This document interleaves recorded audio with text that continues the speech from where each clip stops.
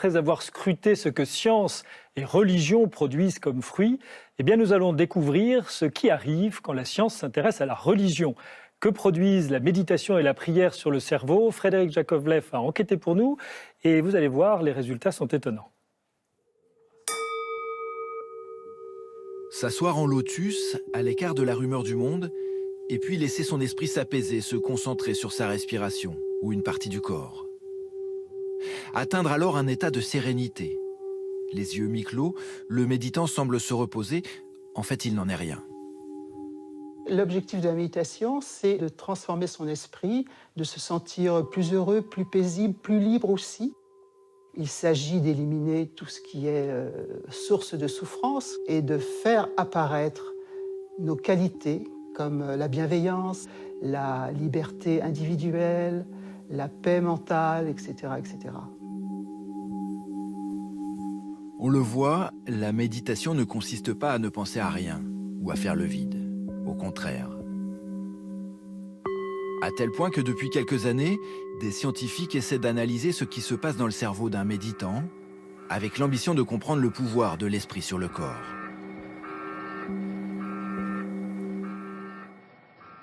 Pour leurs expériences, ils ont bénéficié de l'aide de Mathieu Ricard. Moine bouddhiste, proche du Dalai Lama, il a effectué près de 60 000 heures de méditation. En temps cumulé, c'est plus de 6 années assis, immobile, à faire travailler son esprit. Un cobaye de choix pour les scientifiques. Les premières études ont été menées aux États-Unis il y a une quinzaine d'années. Les conclusions sont déjà spectaculaires. L'activité électrique mesurée dans le cerveau du moine français est jusqu'à 8 fois supérieure à celle d'un non-méditant. Certaines zones qui habituellement s'ignorent se connectent les unes aux autres. Antoine Lutz est le pionnier en France des études sur la méditation. Il a participé à l'expérience américaine en tant que jeune chercheur. Depuis, il continue la collaboration avec Mathieu Ricard. Il y a quelques années, il lui a fait passer un IRM. L'enjeu, mieux connaître les régions du cerveau sollicitées par la méditation. On a utilisé l'imagerie cérébrale pour pouvoir cartographier et isoler spatialement les régions qui sont dans le cerveau, qui sont particulièrement actives ou impliquées dans des états de compassion et d'amour bienveillant. Et ce que vous voyez par exemple sur cette image, ce sont les régions qui sont plus activées chez les experts méditants pendant cet état par rapport à des novices, alors qu'ils sont en train d'écouter des audios particulièrement dérangeants de personnes en souffrance. Par exemple, une femme qui est en train de se faire agresser, et en réponse à ça, il génère un état de compassion. Et vous voyez qu'il y a une réponse beaucoup plus forte dans plusieurs régions, notamment l'insula, qui est impliquée dans le ressenti viscéral de l'émotion. Et on voit qu'il y a une plus grande ouverture et une plus grande réponse affective, une réponse empathique à la souffrance de l'autre. Les scientifiques ont aussi découvert que certains méditants possèdent une activation du lobe préfrontal nettement supérieure à la moyenne. C'est la région qui pourrait produire des sentiments de bien-être, de plénitude.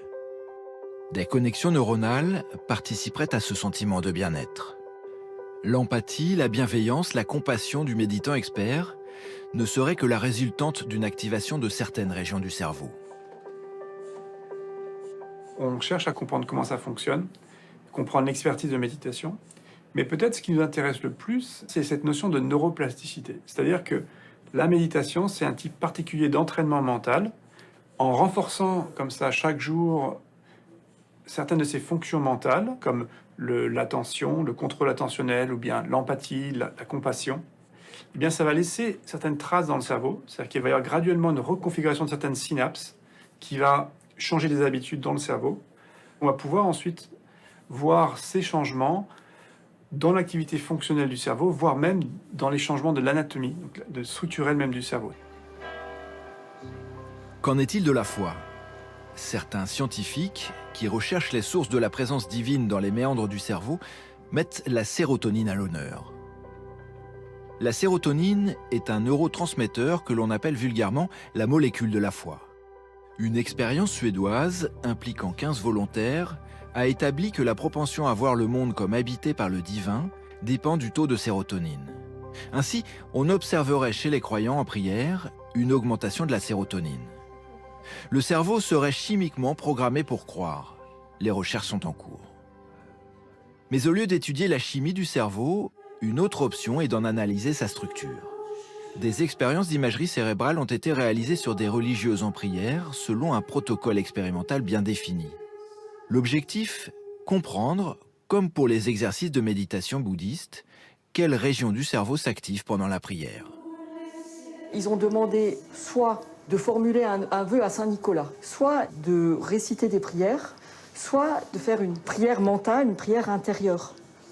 Et ce qui a été remarqué dans ces expériences-là, c'est que quand les personnes étaient dans la troisième situation, c'est-à-dire qu'elles faisaient cette prière mentale, en gros, elles parlaient à un être suprême de manière intériorisée, à ce moment-là, ça déclenchait l'activation du réseau cérébral de la cognition sociale, c'est-à-dire le réseau cérébral qui est activé quand on a des relations avec les autres.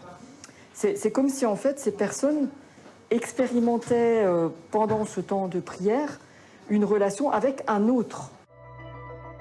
Les scientifiques ont conclu que des connexions neuronales participent à l'élaboration de l'image divine.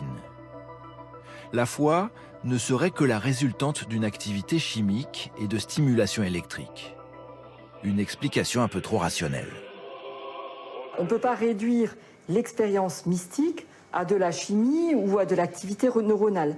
Il y a effectivement pendant cette expérience des agents chimiques qui sont libérés, il y a des neurones qui sont activés, mais ces activations neuronales et chimiques ne sont pas suffisantes à expliquer l'expérience mystique. Il faut quelque chose en plus, il y a quelque chose en plus d'inexpliqué qui peut produire cette expérience. Ce que tous ces travaux mettent en évidence, c'est que nous sommes très bien équipés pour croire. En revanche, ils ne se prononcent pas sur l'existence de Dieu, laquelle reste pour la science une ultime question sans réponse.